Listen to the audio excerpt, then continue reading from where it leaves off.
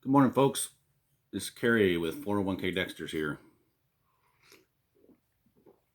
Thought I'd sit down and throw together a video welcoming my new 400 subscribers. My name's Kerry. I retired from a systems engineering job. I spent many years in technical publications. Um, I decided to do the one more year job thing before retiring.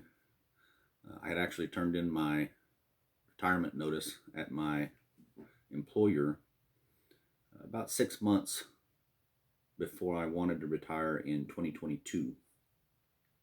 However, plans changed, and our daughter ended up getting pregnant. So my wife decided that we shouldn't move away the first year of our grandson's life, and she wanted to stick around and be closer.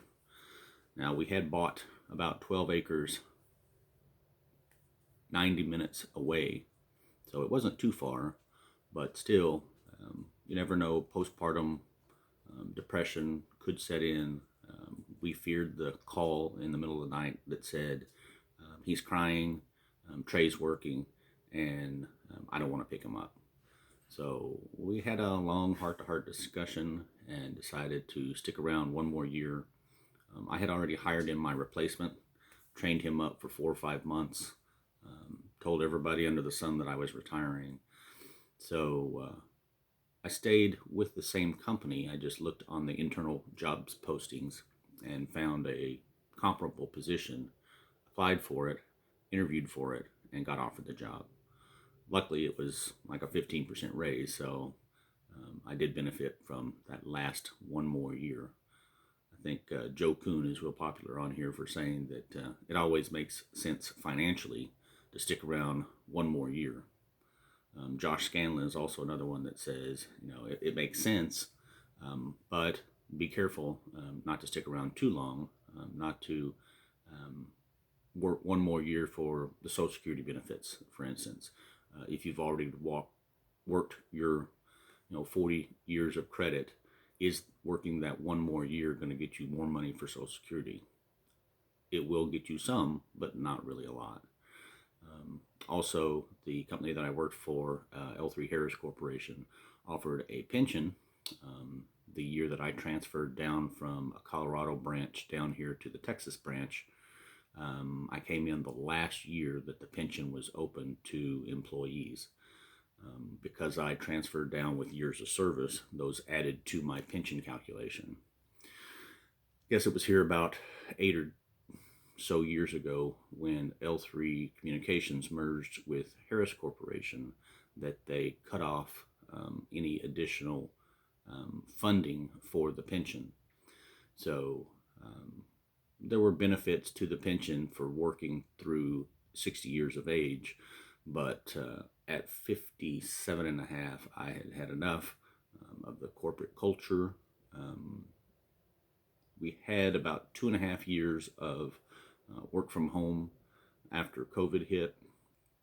But I think COVID did a lot for many of us, and that was an eye opening reevaluation of what was important to ourselves and our lives.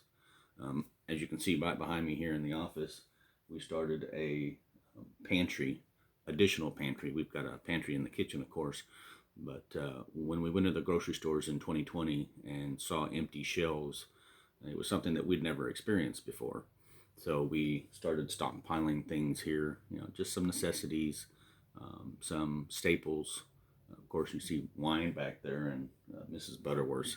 I don't know if you'd consider those staples or not, but we now use it as an overflow if the pantry in the kitchen gets full. And we know that, it's a good thing to have flour and sugar and brown sugar and rice and beans and those things that have a long shelf life. So we started that and other things. We started gardening here at the house um, and enjoyed that. So when it came time this year, which is 2023, again, I put in my retirement notice and looked for a replacement for me, trained him up. And I pulled the plug at September 30th of 2023. So today is the middle of November. It's about 46, 47 days into retirement. And I just kind of wanted to do a little reflection on, what I retired to, and the fear that I had of retiring, and how now in retirement, it's I shouldn't have had that fear. I know that Josh and Joe put out several videos monthly that talk about this, but from my perspective, I just wanted to give a personal experience of what that was. I know Joe talks about retiring to something. As I mentioned, we bought that property down south of here near Athens, Texas. Um, it was a blank slate. It was really nice to start with just 12 acres of almost all pasture. So to get our ag exemption, and again for the purpose of maintaining a food supply, we wanted to get a garden started down there and get some cows on the ground. I wanted to have the ability to have a food source that was not dependent on grocery stores. So we went out and did a little bit of research. Being new to cattle, we had had horses, we had had livestock. Our daughter showed FFA pigs all through junior high and high school. So we were familiar with animals. We've also got a small pack of German Shorthaired pointers that we do field trials with, AKC field trials. So familiar with what it takes to be good animal stewards and animal husbandry. So we ended up getting 6 Dexters. One of them passed away, and then a little Jersey cow wandered up from a house that's right down the street from our property. Someone abandoned it and moved off and left it, so it joined the herd. So now we've got 6 Dexter cows that consist of a mature cow with horns, a young bull that should be coming into his mating prime here this fall, this winter, and then two breeding heifers should come into breeding age this winter. 2 steers that are headed for the, as they call, freezer camp, and then the little Jersey steer. He came to us as a bull, but I didn't want him maturing too fast and then impregnating the Dexters. I wanted to keep that pure Dexter line for the beef. If you don't know, you can go off and research, but Dexter is really well known for being able to mature on grass, being grass-fed. Now I do supplement ours with some protein cattle cubes. One, it keeps them docile and broke to be able to handle them. Gives us the opportunity to get close to them to make sure that they don't have any ailments, they don't have any injuries. And my wife grew up in Nebraska and grew up on corn-fed beef. So she really prefers that marbling of beef that you get from feedlots. I happen to enjoy it too. Dexters are known for having a natural marbling to their meat, but throwing a few extra cattle cubes and getting their protein levels up, I figure can't be a bad thing, and we're not so hooked on grass-fed beef that we were worried about it. So, as I mentioned, that 12 acres down there is what we're retiring to in retirement. Although we're not quite ready to pull the plug here, I've got some work to do around the house. I've got some painting to do. I've got some outside siding to repair before we put this house on the market. In that process, we're going to be downsizing from roughly 3,000 square foot to about 2,400 square feet. We're also going to go through all our 30 plus years of stuff that we had stored in closets, out in the garage. Linda's mother passed away in 2020, and we inherited a lot of her stuff, just boxes and boxes full that are out in the garage. So we're going to be downsizing, decluttering, and minimalizing, not to a minimalist mindset. We still have 2,400 square foot, but we're going to have a one-level ranch house that we're building down there. And we don't want to take all this junk that we've acquired over the years and that's been sitting in closets for years and push it down there into some corner and forget about it. So we're going to be doing that this winter, and put the house on the market in the spring. And when that sells, we'll buy an RV, park it next to the barn out there, and start the pad for the retirement house. We do have a sketch.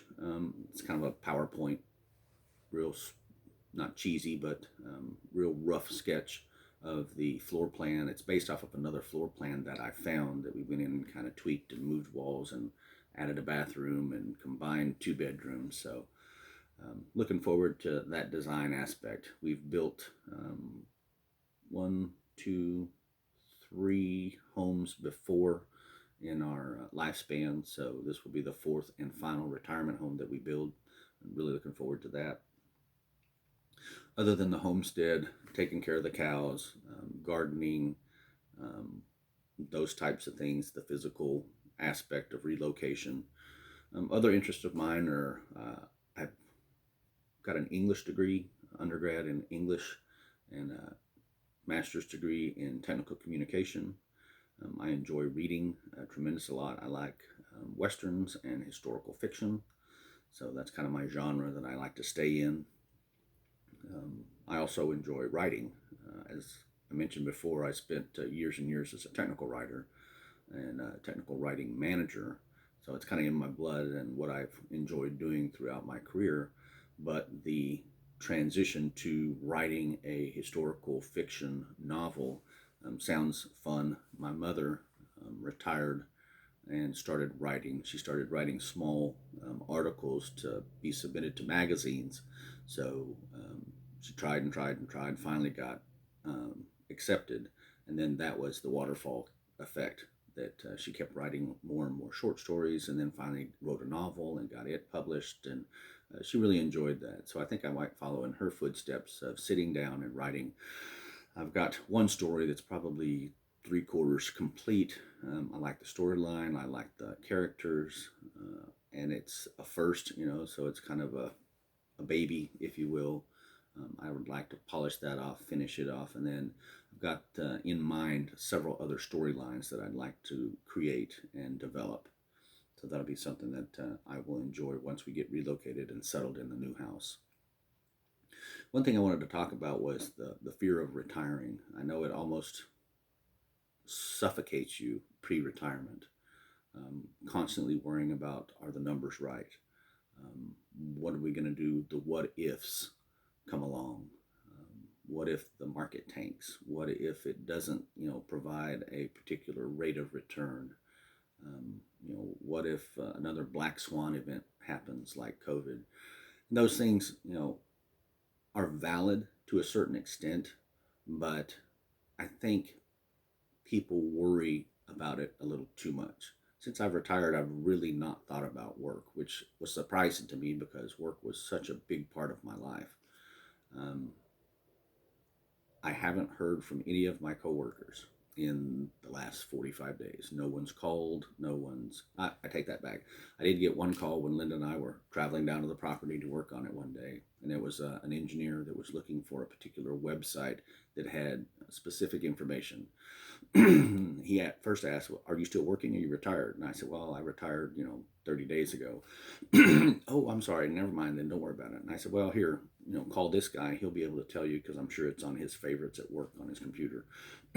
So I did try to help him out, but no one's called to check in to say, hey, how's retirement? How's it going? I do have 2 people that I was rather close with. One lady that here is local, and then another guy that I duck hunted with that moved off to Arkansas. Hey, Tim, hope you're enjoying your retirement. Hey, Peggy, thanks for all the calls. Thanks for all the support through the years. Appreciate, you being local and having somebody to chat with about retirement. But the whole process of going through retirement was much more scarier than the actual being in retirement. Linda and I enjoy spending time together. So much of our time before was spent where she went her way and did her thing, and then I did my thing. The weekends were spent trying to accomplish tasks that we didn't get done during the week. Did you mow the lawn? Did you wash the car? Did you, trim the horses' hooves? Did we get down to the property to check on the cows? Are the water troughs filled up at the property? Those things. And it's just a mad it was a mad dash on the weekends just to check things off your list, so you could feel like you were getting things accomplished in your private life, and then Sunday night would roll around and you start prepping for work again. But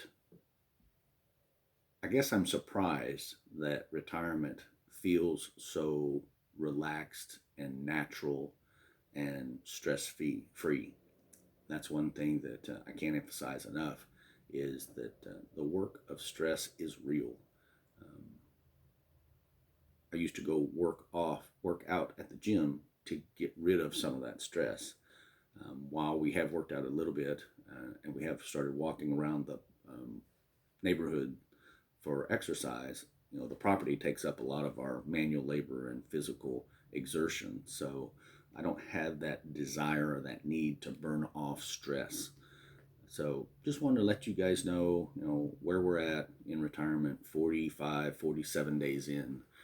Let you know that there's no need to fear as much as you are going into retirement. I know when I was approaching retirement, I scoured the internet and YouTube looking for people's personal experiences on what it was like going through it. It feels good. It feels relaxing. Um, it feels that I've earned this, and now I'm taking advantage and enjoying the experience. So, hope you guys have a good week. It's Hump Day Wednesday, coming up to the weekend. I've got a few things on my list that I need to get done, but nothing that's so pressing that we can't stop and smell the roses along the way. So, you guys have a good week. 401k Dexters out.